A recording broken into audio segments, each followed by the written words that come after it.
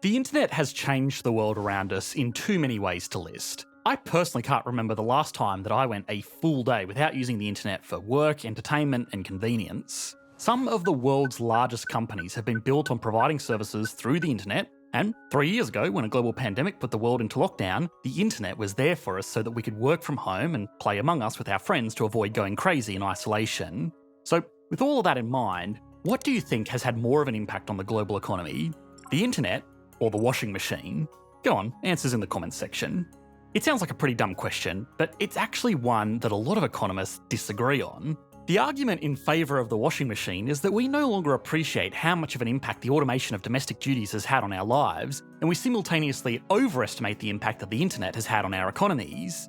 Even if I can't change your mind, the debate is really quite interesting, and it can teach us a lot about how we have changed the way that we add value to the world around us on an individual, national, and even global level. Working out what tools add the most value to an economy can be crucial to getting some of the poorest nations in the world off the ground. Yep, if you were to ask most economists whether you would rather supply washing machines and their supporting infrastructure to people's homes, or the internet and supporting infrastructure, they would most likely choose the latter without appreciating the benefits that the other option could bring. It can also act as a case study for what happens when automation makes our jobs obsolete, which with this latest wave of AI programs is something that we should probably want an answer to. So, what was the impact of the washing machine on the global economy, and how has it been underappreciated? What was the impact of the internet on the global economy, and how has it been overappreciated? And finally, what can this debate teach us about the role of future innovations on the way that we run our economies and live our lives? Okay, before I get too into the fascinating details of this debate, I have to admit that the idea that washing machines could have changed the global economy more than the internet is not my idea, or the idea of anybody else here on the EE team. It has mostly been argued by this man here, Ha-Joon Chang, a development economist from Cambridge who is far more brilliant in his field than I could ever hope to be. His argument is that most economists overestimate the impact that the internet has had on the world around us and underestimate the impact that domestic tools like washing machines have had. Washing machines were first invented in the 1850s, but the problem was that they required a lot of power to operate and most homes didn't have electricity at this point.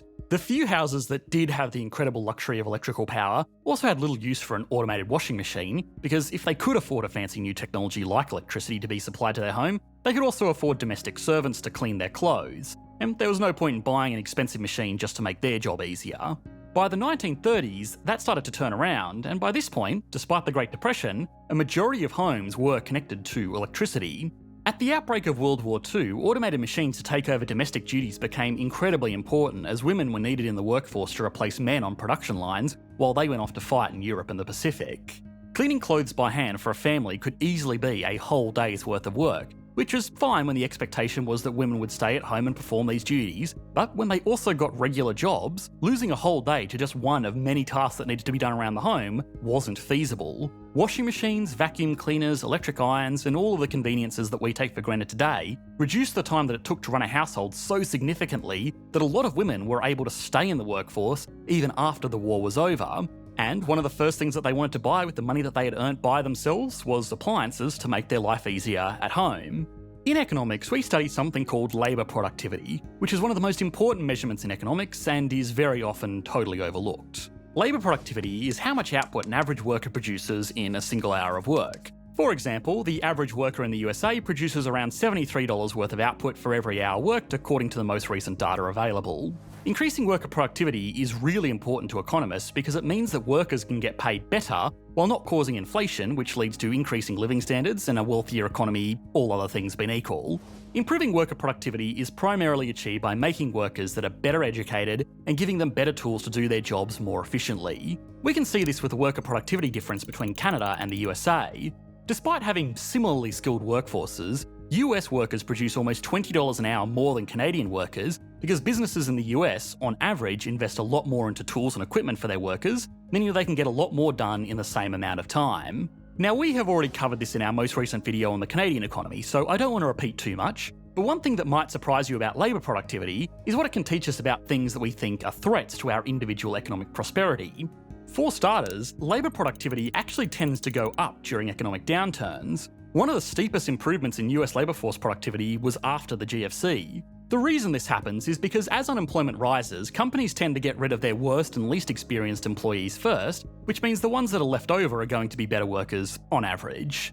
Those workers will also have access to more equipment because it won't be spread around as much, and they will also be incentivised to work really hard because they know they might be next if the company decides to get rid of more workers. Now, women entering the workforce, particularly from the 1960s onwards, both increased labour force participation and also increased labour productivity.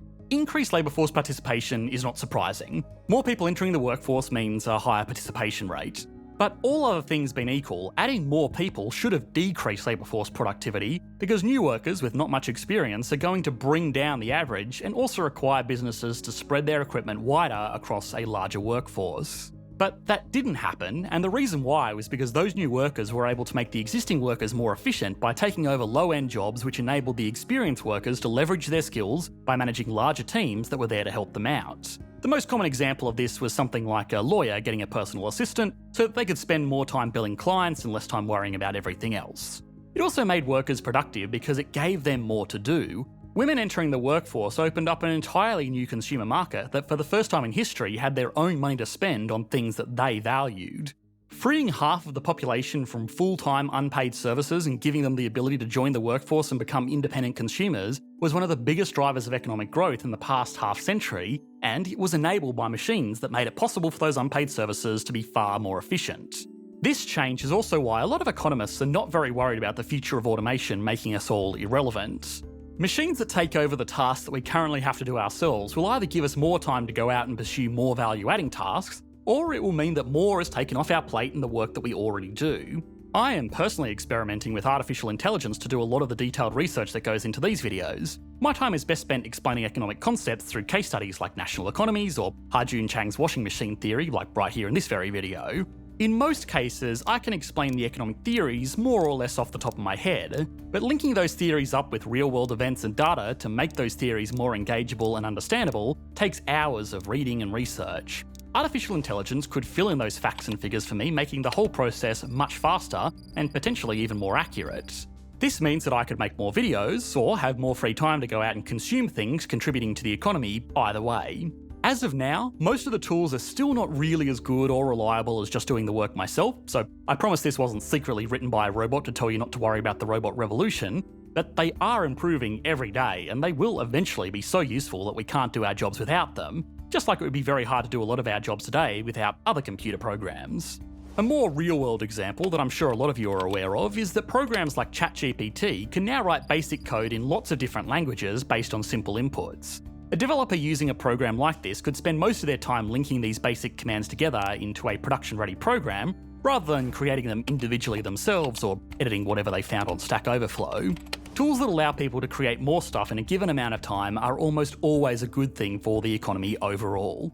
It's also worth noting that labour force participation in most advanced economies right now is at record lows and has only been reduced further by the pandemic. Labour force participation is calculated by taking the amount of people currently employed, adding in the people that are unemployed but looking for work, and then putting that number over the total number of working age people in an economy. Those not participating in the workforce are therefore people unable to work due to a disability, or choose not to work because they are supported by their partner, family, or are independently wealthy. Most of the drop-off since the peak in 2008 has been caused by people retiring before they fall outside the working age population, so they still get counted. Either way, the labour force participation rate is now reaching levels similar to what it was before women started entering the workforce in large numbers in the 1960s and 70s. So, there is a lot of headroom for technical capital to make sure that these people are still working and making up for everybody else sitting out. Now, a lot of what has made the latest developments in artificial intelligence so powerful is the way that these programs can pull information from the internet, which, if they are supposed to be the next economic revolution, really undermines Ha-Joon Chang's argument that the internet is overrated. We always talk about how the internet has revolutionised the way that we do business, and just accept that to be true on face value. But Ha-Joon Chang challenges this idea and proposed its contributions aren't as significant as we might think. The internet is a vital tool for business, but it's not radically changed the way that most work is done. It is primarily a communications tool, but before this, businesses still had fax machines, telephones, and pages that could send most business information just as fast. The internet has allowed for non-text information like video and audio files to be sent much more quickly and easily, but most businesses don't use these very much for their regular operations. Professor Ha-Joon Chang proposed that the telegraph reduce the amount of time it took to send a message across the Atlantic from 3 weeks to around 30 minutes. an improvement of 2,000 times. This was a significant improvement and started to make global trade and international corporations economically viable. Sending 4 pages of information via a fax machine takes about 30 seconds, where an email takes 2 seconds. An insignificant improvement since most of the time it's going to take a few minutes for the recipient to read through the information either way, so the saved time might only be a few % by using the internet. There are businesses that have been able to use the internet to make massive profits. The example Ha-Joon Chang gave were commodities traders using the constant flow of information to speculate on futures contracts, which while being profitable contributes very little to the economy as a whole. The other examples are things like social media companies that use the internet to supply us with a constant stream of entertainment. It's up to you to decide how much economic value they really provide, but Chang argued that they were more of a distraction than anything else. It's important to remember that his argument is not that the internet wasn't important or that it didn't contribute to the global economy, it's just that it contributed less than the technology that allowed us to effectively double our available workforce. The reason that we find this argument so hard to fathom is that most of us have lived our entire lives with washing machines and haven't witnessed that technology develop in any significant way. The internet, on the other hand, has changed radically in just the last decade and demands a lot more attention from us pretty much by design. We don't spend hours in front of our washing machines every week because they were designed to save us time to be more productive than washing clothes by hand. We do spend hours on the internet every week, and that time is not always very productive. Chang's argument might sound crazy, but the numbers kind of agree with him. Global growth has been lower in the period following the widespread adoption of the internet when compared with the period following the widespread adoption of the washing machine. It's not by a significant amount, but remember, the time since 1990 also includes the growth in China, which has improved global average growth rates significantly. If the internet really was as important as we thought it was, growth should now be easily outpacing the time before it existed. The outcome of this debate, beyond being very interesting, has some really important consequences, and it should make us reconsider how we achieve growth. Today there are more people with access to the internet than there are with access to basic plumbing. A lot of growth initiatives in undeveloped economies are built around giving people access to the internet because it can be used for education and communication, which is hoped will spur economic development to improve the lives of everybody in that economy. If the importance of the internet really is overestimated, this means that there could be better investments to make to improve economic prosperity and living standards in these countries. If you're still not convinced, then that's probably a good thing, because it shows that you're capable of strong critical thought. Yes, there are some arguments that can be made that washing machines did more for the global economy than the internet, but those arguments require us to leave out a lot of details as well. It's also really hard to verify because we can't go back in time and uninvent the washing machine to see what happens. But there is a chance that all of the other things going on in the world at the time would have allowed women to enter the workforce with or without the automation of a lot of their other unpaid work. I personally struggle to believe that Ha-Joon Chang even really believes his own argument, but he makes it for the same reason that we made this video. He uses the debate as a platform to teach his students about the importance of technical development, labour force dynamics, and the role of technology in our economies. I think he also knows that even the best lessons in the world are pointless if nobody listens to them. So an outrageous statement like washing machines have done more for the global economy than the internet brings that attention to a very important argument. I mean, at the end of the day, it got you to click on this video, right? And I sure hope, even if you don't agree, that you learnt something along the way. Thanks for watching, mate. Bye.